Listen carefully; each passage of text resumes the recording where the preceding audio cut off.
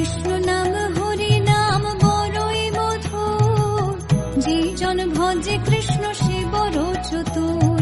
ব্রহ্মায়াদি দেব যারে ধ্যান নাহি পায়, সে ধনে বঞ্চিত হলে কি হবে উপায়।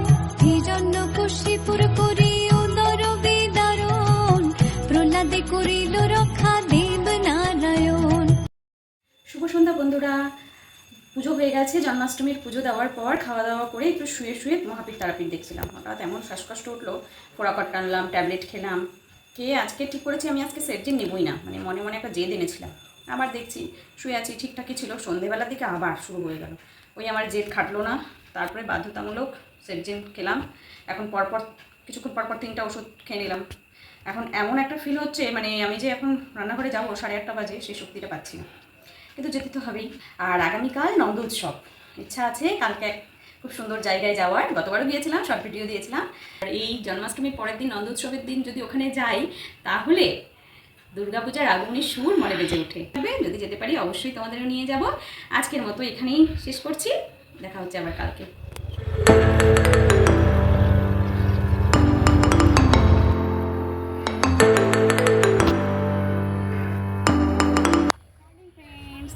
সকালে আমি চলে আসছি সকাল 9টার মধ্যে জলপাইগুড়ি বৈকুণ্ঠপুর রাজবাড়িতে। এইখানেই হলো পাশেই নাট মন্দির। আজকে এখানে নন্দ উৎসব হবে। আর নন্দ উৎসবের বিশেষত্ব কী তোমাদের সব পরে বলবো, আগে দেখিয়ে নিই। সকালে ঘুম ভাঙছিল না, একদম চোখ টেনে খুলতে পারছিলাম না। যাই হোক, এখানে এসে গত বছর আমি নন্দ উৎসব দেখেছি, ভীষণই ভালো লেগেছে, তাই আজকেও আসলাম। বিভিন্ন সাংবাদিকরাও এখানে এসেছে। এখনও পুজো শুরু হয়নি, আর একটু পরেই পুজো শুরু হবে। পুজো হওয়ার পর পুজোয় যে দই মিষ্টি এসব দেওয়া হয়, ওসব দিয়েই এই পেছনেই একটা অনেকটা জায়গা জুড়ে বেশ কাদা করে রেখেছে, মাটি কুবিয়ে ওখানে অনেক ছেলেরা খেলবে। তোমাদের সব কিছুই দেখাবো, চলো। জলপাইগুড়ি বৈকুণ্ঠপুর রাজবাড়ির ঐতিহ্যপূর্ণ দুর্গাপুজোর মা দুর্গার কাঠামো পুজো নন্দ উৎসবের দিন অনুষ্ঠিত হয়। বেজে উঠল মায়ের আগমনী বার্তা। এখানে দুর্গা প্রতিমা গড়ার বিশেষত্ব হল মা দুর্গার কাঠামো পুজো নানাবিধ উপচারে ভোগ নিবেদন করার পর দধি কাদা খেলা হয়।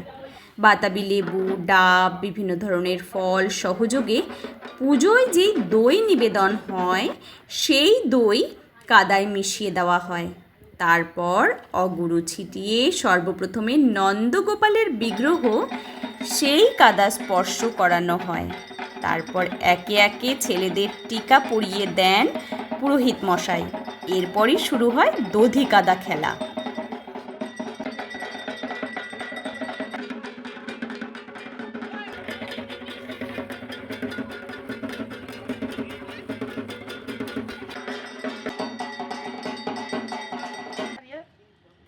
খেলা শেষ হবার পর এই কাদামাটি সংগ্রহ করে রাখা হয় নাট মন্দিরে। মা দুর্গার মূর্তি গড়ার মাটির সাথে এই মাটি মিশিয়ে মূর্তি তৈরি শুরু হয়।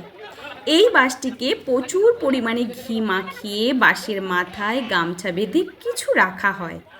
বালকেরা একে একে চেষ্টা করতে থাকে এই পিচ্ছিল বাঁশ বেয়ে উপরে উঠে গামছার বাঁধন খুলতে। বিষয়টি ভীষণই মজাদার ছিল। ছোট্ট ছেলেটি কিছুতেই পারছিল না, এতটাই পিচ্ছিল ছিল। সবশেষে এই ছেলেটি সেই গামছার বাঁধন খুলতে সক্ষম হলো। বিভিন্ন নিউজ চ্যানেল এসেছিল রাজবাড়ির বংশধরের, ইনি হলেন রাজবাড়ির বংশধর, এনার কাছ থেকে সাক্ষাৎ নিতে। আর আজ এই প্রথম জি 24 ঘন্টায় আমিও নিউজ চ্যানেলে কিছু বললাম।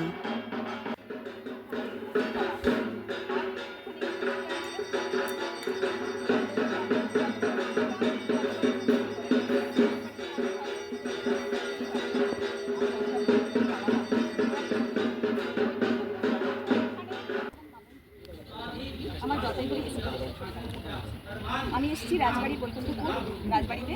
এখানে দুর্গাপুজো প্রতিবারই আসি দেখতে। এখানে যে দুর্গাপুজোর বিশেষত্ব, মায়ের প্রতিমা করা হয়, আর নন্দ উৎসবের দিন এখানে নন্দ উৎসব এখন হচ্ছে, এখানে দধি কাদা খেলা হবে। সেই কাদা খেলার পর এই কাদা মাটি রেখে দেওয়া হয়, সেই মাটি দিয়েই মায়ের মূর্তি তৈরির কাজ হয়। এরপর সবাই মিলে খিচুড়ি ভোগের প্রসাদ খেলাম। আজ ভীষণই ভালো লাগলো নন্দ উৎসব দেখে। এই নন্দ উৎসবকে কেন্দ্র করেই বেজে উঠল মা দুর্গার আগমনী সুর। বাজলো তোমার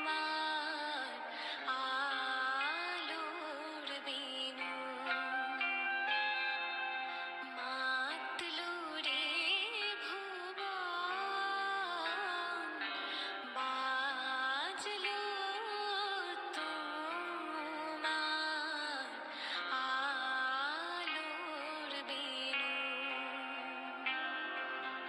আজ প্রভাতে